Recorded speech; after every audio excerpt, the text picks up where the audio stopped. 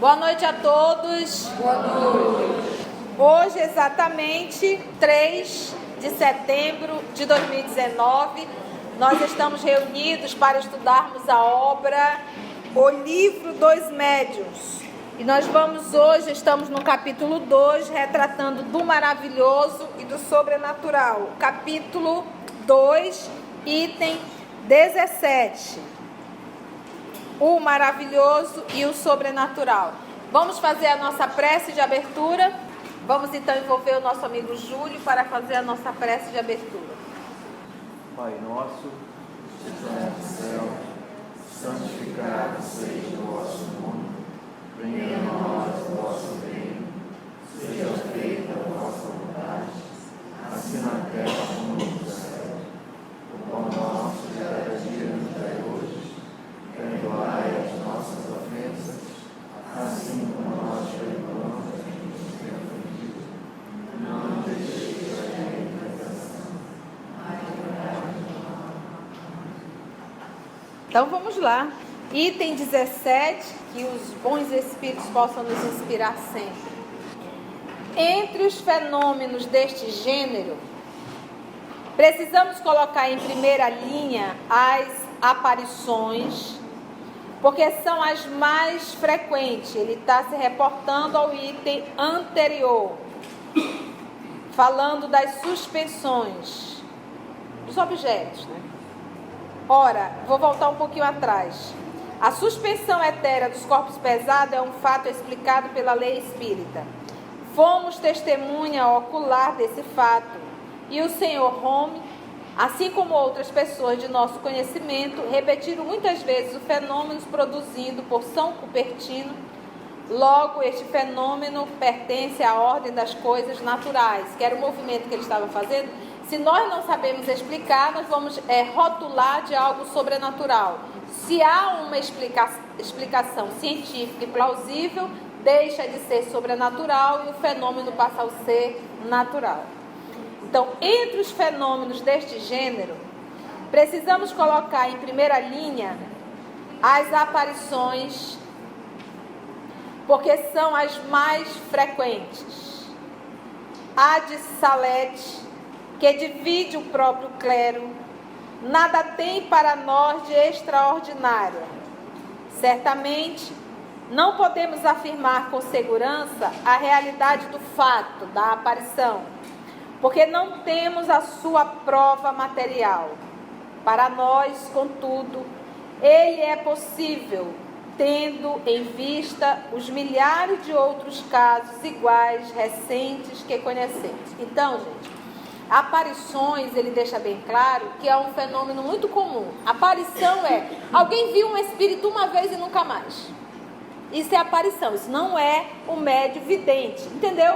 Quando falar em aparição, se cada um de nós aqui decidirmos contar, sempre alguém tem uma história de aparição. Se não viveu essa experiência, teve alguém muito próximo que viveu essa experiência. Então, eu vi um fulano, eu vi Beltrano, mas foi algo muito rápido. Quantas vezes? Uma vez só. Eu estava quase dormindo naquele processo de sonolência, de repente eu abri os olhos e vi um espírito lá, mas só aquela vez, só aquela vez. Isso é médium vidente? Não, isso são aparições. Então, se vem alguém à casa espírita e retrata um caso isolado, que viu um espírito, ou que ele já viu até 2 ou 3 vezes, mas sempre o mesmo espírito, é aparição, é uma aparição, e a criatura pode, inclusive, estar no processo também obsessivo. O médium vidente, o que caracteriza o médium vidente, ele vê espíritos 24 horas. E todos. Ele não vê em particular. Ele não vê um quadro, ele vê espírito. Aí você vê um quadro, é o clarividente. Ele vê um quadro de uma situação que vai acontecer, que aconteceu, alguma coisa parecida. E que ainda é complexo porque a mente da gente é muito fértil. Tem que ver a veracidade. Acreditamos neles, então, não só porque lhes verificamos a realidade, como, sobretudo, porque sabemos perfeitamente de que maneira se produzem esses fenômenos. Quem se reportar à teoria das aparições, que expomos mais adiante, nós vamos estudar, reconhecerá que este fenômeno se mostra tão simples e plausível como um sem número de fenômenos físicos, que só parecem prodigiosos por falta de uma chave que permita explicá-los. Quanto à personagem que se apresentou às pastorinhas em Salete, é outra questão. Sua identidade não nos foi absolutamente demonstrada. Apenas reconhecemos que pode ter havido uma aparição. O resto não é de nossa competência. A esse respeito, cada qual pode guardar as suas convicções, nada tendo o espiritismo que vê com isso. Dizemos tão somente que os fatos que o espiritismo produz nos revelam leis novas e nos dão a explicação de uma porção de coisas que pareciam sobrenaturais. Imagina você adentrar numa sala e de repente ver uma cadeira flutuando. O espiritismo explica. Deixa de ser sobrenatural.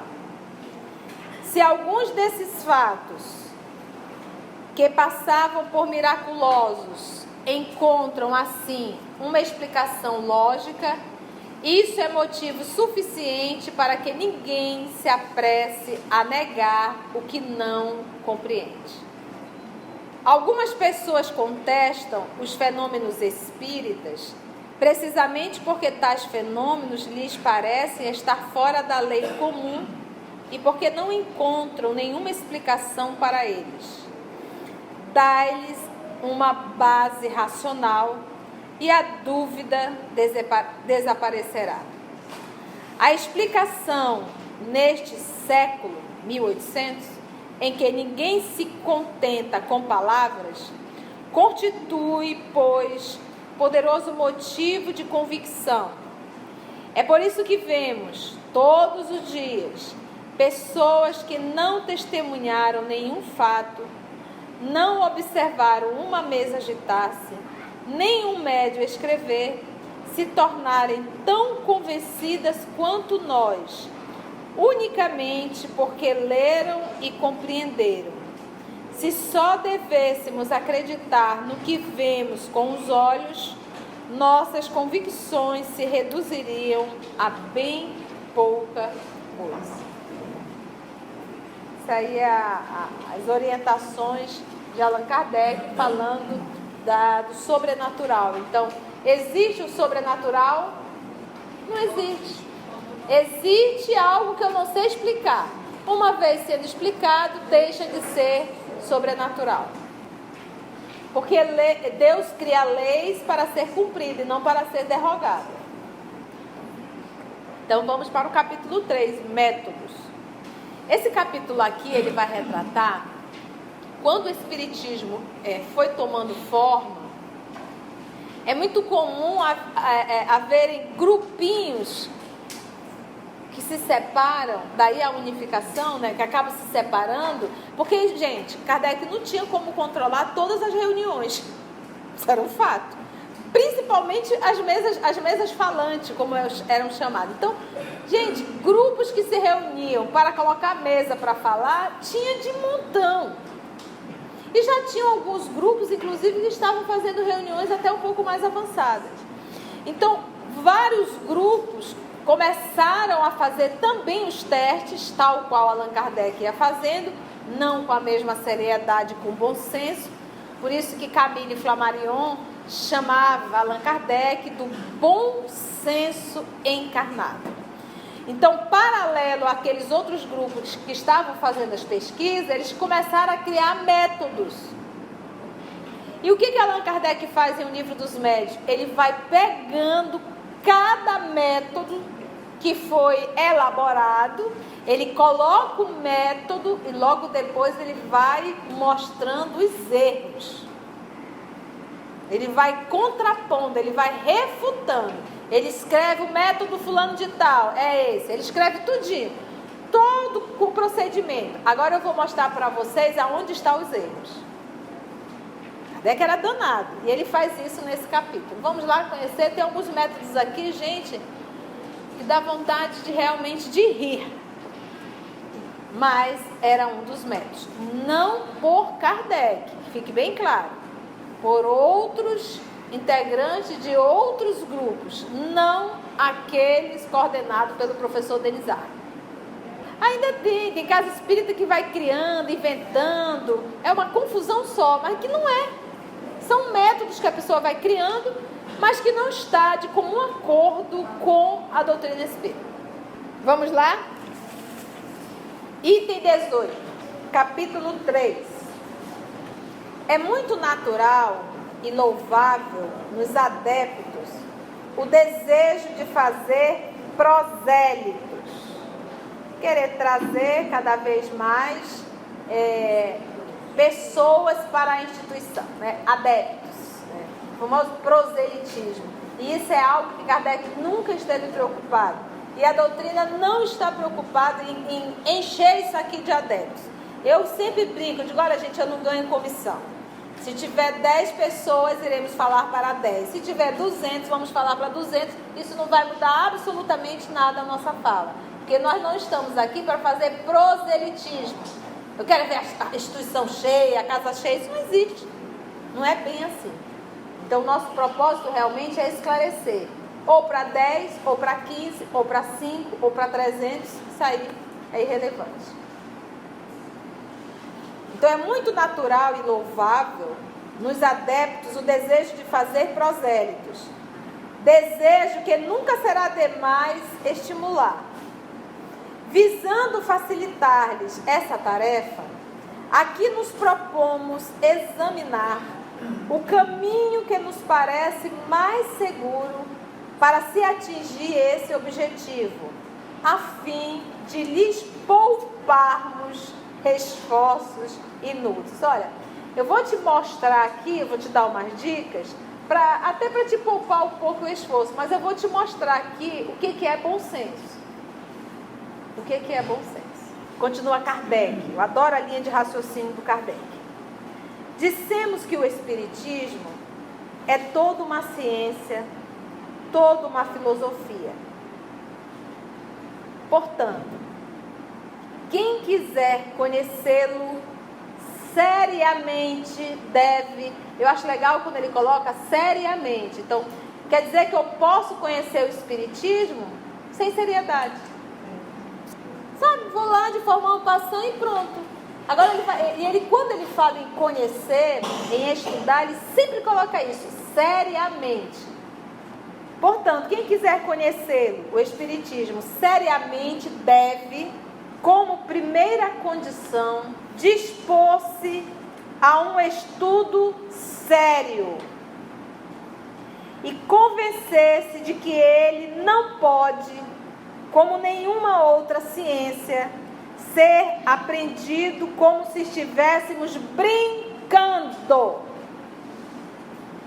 Para mim, brincadeira eu estou frequentando um estudo espírita, não estudo absolutamente nada, venha só para cá para o estudo para ficar ouvindo. Eu não tive o comprometimento de abrir a obra durante 7 dias na semana. Eu não arrumei um tempinho medíocre da minha vida medíocre, porque a vida terrena é muito medíocre, porque aqui a gente vive de forma bem horizontal. Eu não consegui separar 30 minutos do meu tempo medíocre, das minhas 50 minutinhos, para eu sentar à mesa, pegar uma obra espírita e estudar.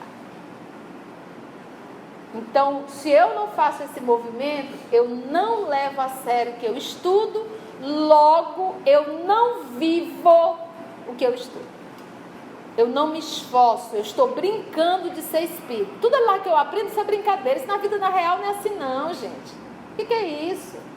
E vou levando, desencarno, e aí a decepção é enorme. Porque ninguém estava brincando de lições de mundo espiritual.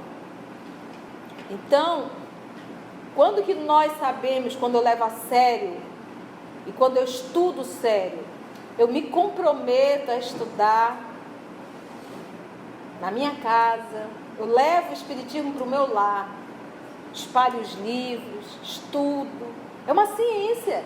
Não tem como eu aprender essa ciência, gente, em 50 minutos dentro de uma sala de estudo.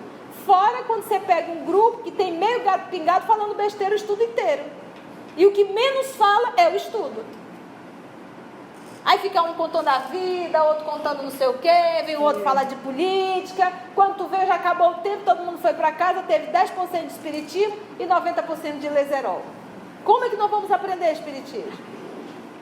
Então aqui Kardec já no método, já dando método, já dizendo, olha, se quer verdadeiramente estudar, e é uma ciência, gente. O espiritismo é uma ciência, é uma filosofia e é uma religião. Então, nesse tripé, eu tenho que me aprofundar. E olha, quando você estuda na horizontal, para passar no vestibular, no cursinho, seja lá no que for, são lições aqui, na horizontal. Parar para estudar o espiritismo são lições imperecíveis. Porque o que tu estuda hoje na ciência, amanhã já mudou. Já mudou. Está no processo, o povo está aprendendo. Mas o que você estuda a nível espiritual, isso só soma. Isso só soma. São lições imperecíveis. Então ele volta. Aqui vai ser só chibatada, viu? Dispor-se a um estudo sério e convencer-se de que ele não pode, como nenhuma outra ciência, ser aprendido como se estivéssemos brincando. Também já dissemos que o Espiritismo diz respeito a todas as questões que interessam à humanidade. Todas as questões.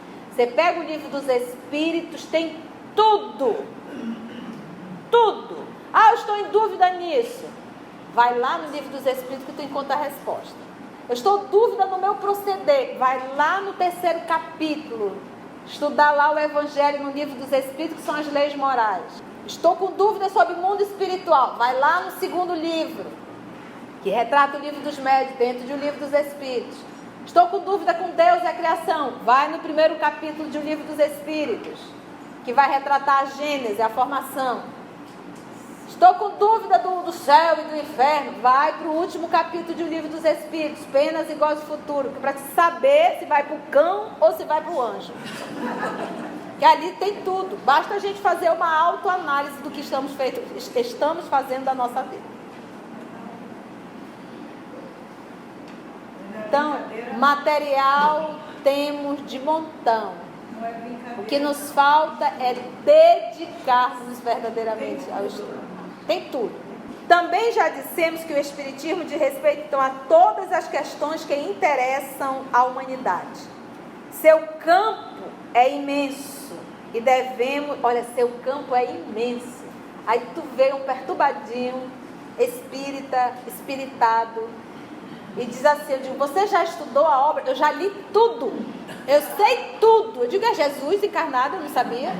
Eu tenho 26 anos estudando essas obras. E quanto mais eu estudo, mais eu percebo quanto eu não sei. Sócrates estava certo. Porque você lê hoje, você faz um mergulho. Você vai ler o mesmo texto amanhã, você faz um mergulho que você não tinha visto antes. A crença nos espíritos constitui, sem dúvida, a sua base. Se você é espírita e não acredita nos espíritos, vai ficar difícil. Ou espírita com medo de espírito. Ai, do pavor de espírito. Hã? O medo é a ignorância. É a falta do conhecimento. Logo, eu tenho medo. Mas se nós temos a informação, o máximo é um sustozinho. Porque mesmo que venha um encarnado e chegue, olá, tu toma um susto, né? Você não estava esperando. Mas depois que já chegou, você se familiariza. Mas, né? Vai ficar correndo. Sempre me recordo de uma trabalhadora, dentro da sala de estudo, alguém incorporou, a trabalhadora saiu correndo, incorporou, desesperada. Eu digo, valha-me Deus. Eu já corri de uma sala dessa. Corri mesmo, não voltei, por causa de um morcego. O morcego entrou, gente, eu e morcego não vivemos no mesmo espaço. E eu deixei a turma todo dia sair correndo, o pessoal disse, volte, eu digo, não volto. E o pessoal, professor, o morcego já saiu, não saiu. Hoje em dia eu acho que eu vou estar mais preparada psicologicamente. Mas por causa de incorporação, eu até digo, eu estava preparado para uma incorporação, mas para morcego não, ninguém me avisou. Não estava isso no curso. Logo que nós estávamos iniciando há 20 e tantos anos atrás. Na verdade, é a ignorância. É a ignorância. Uma vez que temos a informação, e a base de tudo do Espiritismo é saber da existência e da sobrevivência da alma. Mas essa crença não basta para fazer de alguém um espírita esclarecido. Você vê que Kardec não basta só você saber que existe espírito. Como a crença em Deus não é suficiente para fazer um teólogo. Olha, o teólogo, eu sei da existência de Deus. Sim, e aí? O que mais? Adianta. Vejamos então de que maneira convém proceder com o seu ensino, para que as pessoas sejam levadas à convicção com mais segurança. Vamos lá. Que os adeptos não se assustem com a palavra ensino. Então, gente, não se assustem, tá? Também há ensino fora do que é dado do púlpito e da tribuna. A simples conversação é um ensino. E quem está falando é um excelente pedagogo, que é o professor Denizar. Ele diz, a simples conversação é um ensino. Toda pessoa que busca convencer outra, seja pelo processo das explicações, seja pelo das experiências, está ensinando. E é tão interessante que nós ouvimos muito no nosso movimento espírita, eu não sou perfeita, eu não sou perfeita. Sim, mas o ensino não é para o espírito perfeito, é para o homem, que precisa aprender a ser um homem de bem. O perfeito já não está mais aqui. Então, quando nós vamos estudar o Evangelho segundo o Espiritismo, ele diz, o homem de bem, o homem, o ser humano que aprendeu a ser humano, até atitude humanizada e não atitude animalizada. Então temos que rever. E o ensino nos ensina isso. Seja pelo das experiências, está ensinando. O que desejamos é que seu esforço produza frutos. E é por isto que julgamos por bem dar alguns conselhos, de que também poderão aproveitar os que queiram instruir-se por si mesmos. Aqui eles encontrarão o meio de chegar com mais segurança e presteza ao objetivo visado.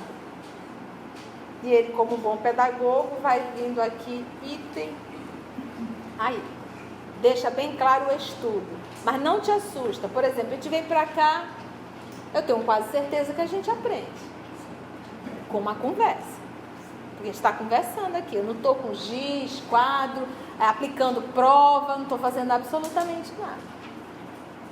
E estamos aprendendo. Vamos para o item 19.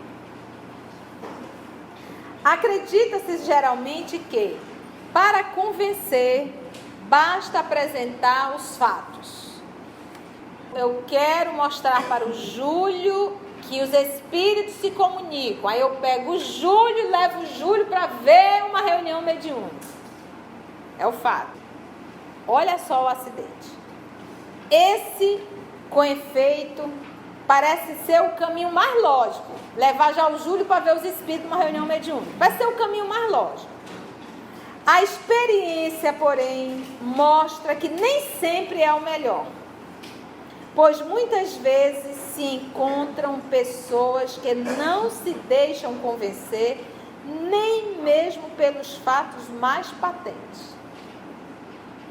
A que se deve atribuir isso? É o que vamos tentar demonstrar. No Espiritismo, a questão dos espíritos é secundária e consecutiva. Questão de espírito está em segundo lugar. Eu não tenho que estar preocupado em convencer fulano que existe espírito, que existe espírito, que existe espírito. Ele colocou isso é secundário, mas secundária e é consecutiva. Vai chegar uma hora que vai bater nisso. Então eu não tenho que estar agoniada com os estudantes da doutrina espírita para estar mostrando reunião mediúnica para eles. Eu tenho que primeiro fazer com que eles entendam o espiritismo. Quem está falando não é a tia Conceição, é Kardec. Ele diz que é secundário, está em segundo plano. No espiritismo, a questão dos espíritos é secundária e consecutiva, não constituindo o ponto de partida. É exatamente este o erro em que caem muitos adeptos. A pessoa está chegando na centro espírita, já enfia ela na reunião mediúnica, na mesa branca, para ver os espíritos. Aí é para cá. E já começa tudo torto. E dificilmente essa criatura vai se tornar um espírita autêntico, porque já começou errado. A pessoa chega aqui, eu quero ir para a reunião mediúnica, quero ir para a reunião mediúnica. Você vai fazer o EDP, você vai fazer o ERD, mas tem que esperar tudo isso? Tem. Não vou, então tchau. A porta da rua é serventia da casa. É um tipo de trabalhador que não vai fazer falta, vai só atrapalhar. Porque o que a pessoa busca é o fenômeno. Você não vai fazer o curso de mediunidade? Vou. Quanto tempo? 3 anos e meio. Tudo isso? Tudo isso não, só isso. Só isso. Para você conversar e ouvir as dores dos nossos irmãos? Há quanto tempo tu estuda só para aprender a fazer letrinha, se alfabetizando? É exatamente este o erro em que caem muitos adeptos e que leva certas pessoas ao insucesso. Não sendo os espíritos, senão as almas dos homens, o verdadeiro ponto de partida é a existência da alma. O que é a alma? É o espírito encarnado. Ora, como pode o materialista admitir a existência de seres que vivem fora do mundo material, quando ele próprio acredita não passar de matéria? Porque o que acontece? Era complicado as pessoas entenderem que o espírito, em verdade, tinha sido uma alma. Porque parecia assim que o espírito era algo à parte da criação. Entendeu? Até eles conseguirem entender que da mesma forma que tem encarnado, da mesma forma tem desencarnado. Foram seres que viveram aqui e que retornaram à pátria espiritual carregando o mesmo psiquismo, a mesma mente, a mesma individualidade, os mesmos desejos, as mesmas vontades, os mesmos prazeres, as mesmas feridas morais, o mesmo ciúme, a mesma inveja, o mesmo ódio. Como pode crer na existência de espíritos ao seu redor quando não acredita ter um dentro de si mesmo? Porque ele mesmo não consegue identificar que é uma alma, que é um espírito encarnado. Em vão se amontoarão aos seus olhos as provas mais palpáveis. Ele as contestará todas, já que não admite o próprio princípio espiritual. Com certeza, é exatamente isso. É o princípio de tudo, é o início de tudo. Eu sou um espírito encarnado. Eu sou uma alma. Logo, não sou apenas um corpo. Então é essa distinção. O espírito, algo de... é mesmo nós. Uma coisa é a consciência, a informação. A outra coisa é a lucidez, a consciência do que eu realmente... Se eu compreender, entender e sentir que eu sou um espírito temporariamente habitando um corpo físico, que eu estou nesta personalidade, mas eu não sou essa personalidade, que ao sair do corpo eu vou continuar viva, frente a frente com a minha própria consciência, as minhas atitudes diárias seriam outras. Então, no fundo, nós acreditamos na personalidade que estamos e que a gente julga que será eterna. Não vai. Se tivéssemos a consciência e a certeza que somos espírito e não personalidade, o mundo já estaria bem melhor. Porque bastou um Chico para fazer o que fez. Imagina a quantidade de espíritas que nós somos no Brasil e não fazemos muita diferença. No dia a dia somos pessoas comuns, como se não conhecêssemos absolutamente nada da vida após a morte. A gente faz o que todo mundo faz. Todos os dias. E eu não posso dizer, eu não sou perfeito. Sim, mas realmente. Não é para espírito perfeito. Se fosse, a gente não estaria em lição. É para o homem de bem. O ser hominal de bem. Essas lições básicas que estamos aprendendo aqui na doutrina é para o homem de bem. As lições para um espírito perfeito ainda está muito longe para vir. Porque nós ainda não conseguimos aprender o básico de ser um homem de bem. A lição para os perfeitos, que é do pessoal já da primeira ordem para lá, a gente não tem nem noção que tipo de lições são. Mas essa lição de não responde, não grita, não bate, não xinga, compartilha, ama, perdoa, resigna, lava, sem reclamar, não agrida ninguém, isso é lição beabá. Isso é pouca coisa ainda, gente. Isso é jardim de infância. Nem isso a gente aprendeu, a gente se enrola todo no dia a dia. Isso é beabá, é beabá, que a gente não se estressa. Entendeu? Isso é beabá. Beabá, beabá, B com A faz beabá, repete, B com A faz beabá, repete de novo, B com I faz, não menina, é o beabá ainda, B com A.